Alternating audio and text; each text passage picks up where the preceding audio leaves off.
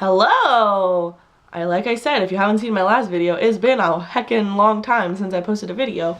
But here we are. You guys are getting 2 videos in like 3 days time. Look at you go. Wow, I'm on top of my game. But my summer semester's starting soon, so it won't be like this for long. Ha ha ha.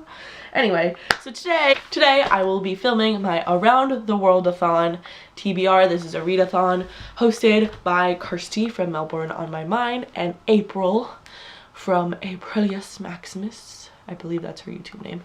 But they are some of my favorite booktubers, and they hosted this readathon last year. But it's a readathon that focuses on reading books by authors or about specific places around the world. So this is round 2, is about North Asia, and the countries that they're specifically focusing on is China, Japan, North Korea, South Korea, Mongolia, Nepal, Bhutan, Taiwan, and Hong Kong. And if you know anything about me, you know these are like my favorite places in the whole world to read about. So I was so excited when they announced this. The readathon is taking place from May 15th to the 21st, and the only challenge is to read books by where the author is from any one of these countries, or it takes place in any one of these countries.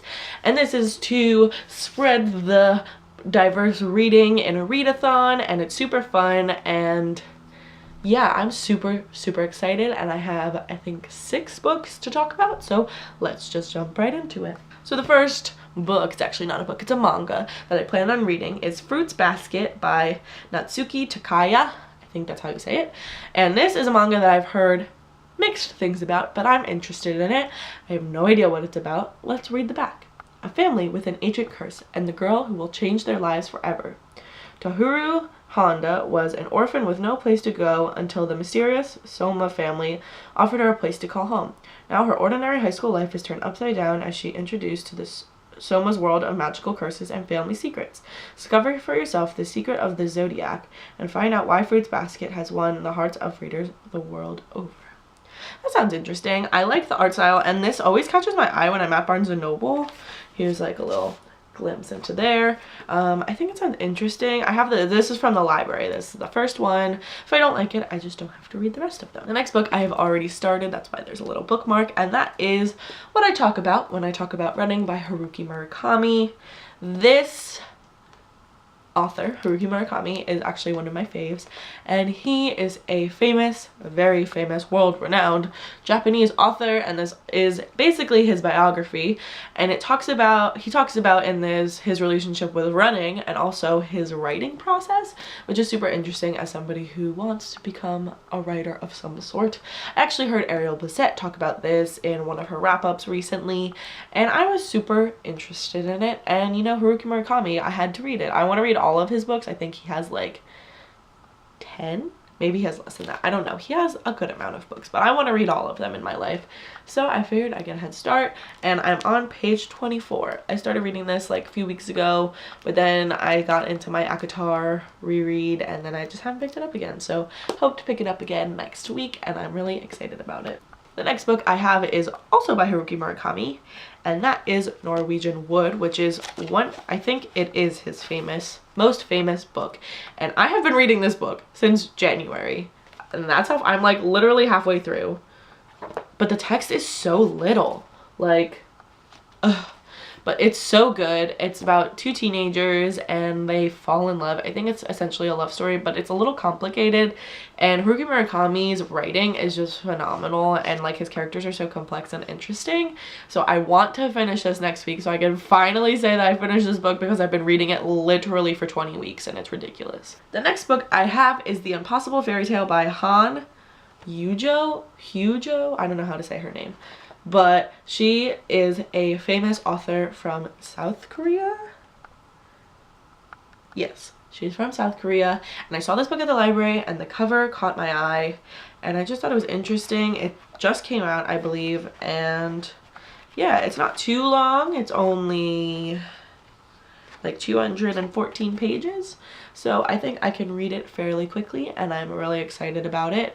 I've never heard anything about her or this book. I just saw it and it sparked my interest, so I picked it up. The next book I am so freaking excited to read, and that is Human Acts by Hong Kong I actually don't know anything about this book, but Hong Kong is a famous author from South Korea as well. Her most famous book, I just dropped that book, is The Vegetarian, and I'm sure you've heard about it and seen this before, but this is one of my favorite books of all time. I love it so much. Her writing is absolutely stunning.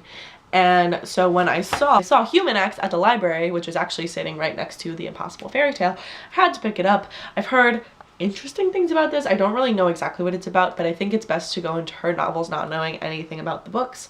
So I'm super excited to read this, and this is probably gonna be like one of the first books I read next week. And then the last book I have is Goodbye Things by Fumio Sasaki. I think I said his name wrong, but that's okay. And this is a book about minimalism. I recently watched the Minimalists documentary on Netflix and I loved it. And then I started doing Project 333 and that's super fun. And I'm starting to do the minimalism lifestyle. And so I saw this book, and this is about the new Japanese minimalism. So it takes place in Japan. This guy's from Japan. He lives in a 215 square foot apartment in Tokyo. And I'm interested to read it. It seems like it will be very helpful. He has lots of tips and advice in this book, and plus like it's a gorgeous book. It's so soft. It has like one of those like velvety smooth ones, and that's what he looks like right there. There he is. But yeah, I'm excited to read it. So these are all of the books that I plan on reading for the Around the World-a-thon round 2. I'm super excited for this readathon. Thank you, April and Kirsty, for picking this part of the world, because like I didn't even know that the readathon was happening. And like they said in their videos, like it was super last minute, and I just happened to have all of these books from this part of the world at home because I just have such an interest in this part of the world. So I'm really excited. Let me know if you guys are joining down below, and I'll see you guys in my next video. Bye!